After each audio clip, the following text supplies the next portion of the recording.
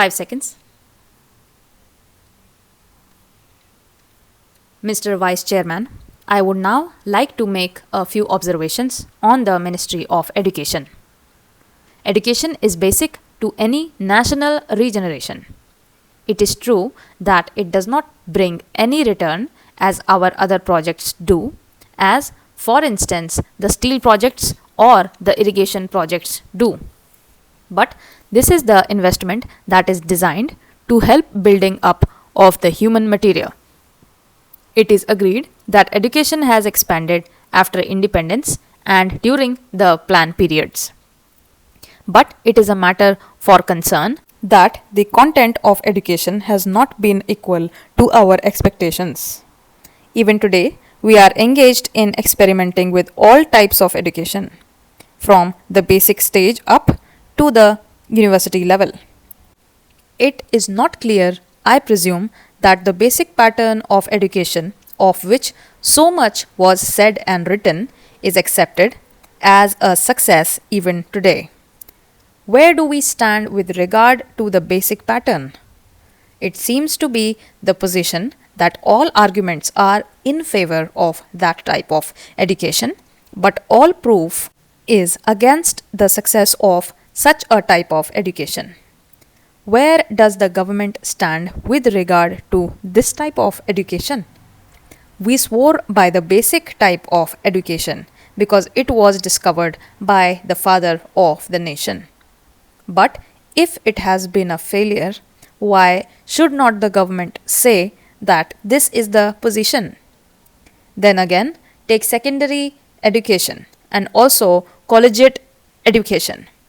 3 years ago, it was said that all universities should have 3-year degree courses, and some universities which were reluctant to accept this reform were more or less compelled to do so, and they accepted it.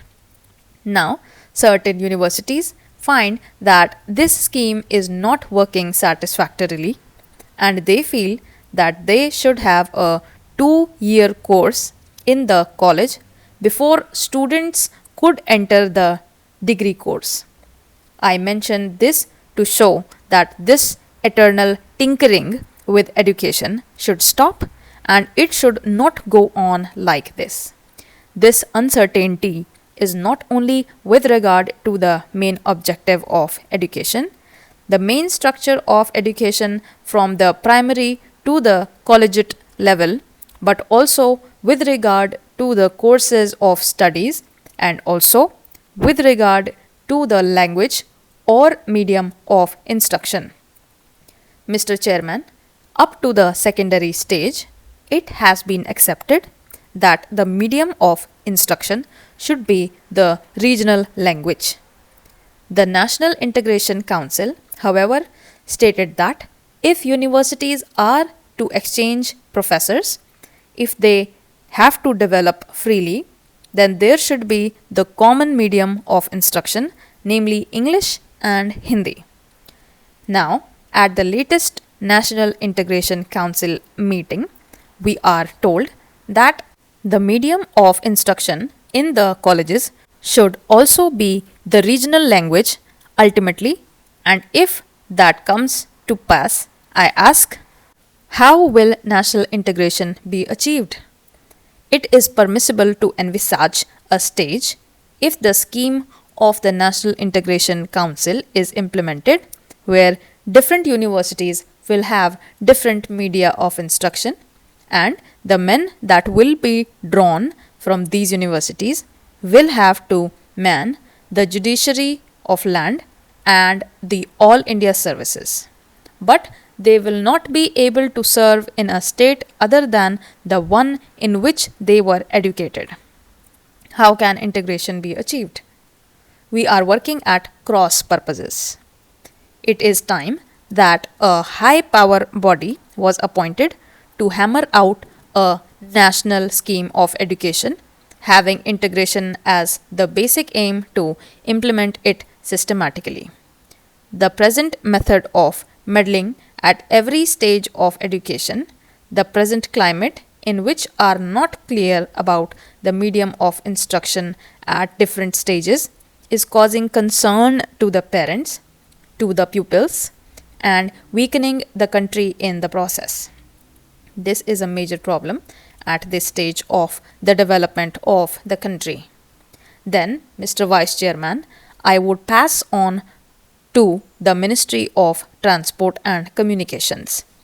According to this ministry, we are told to build a system of national highways, provincial or state highways, an integrated system of communications from the village upwards, but the central government is concerned with the construction of national highways.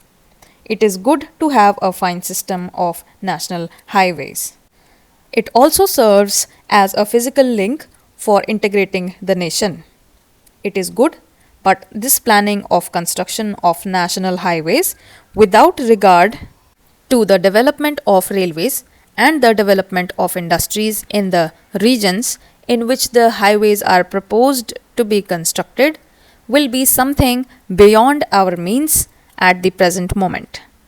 Assuming that we have a network of national highways, are they to be put to immediate use? Are they good investments? Unless you have industries, small, big, or medium, coming along the highways, unless they assure you a fair return for the investment, it is not desirable to have a system of highways for the sake of mere transport of passengers. In other words, we should have a scheme of priorities for the national highways so that they can be looked after.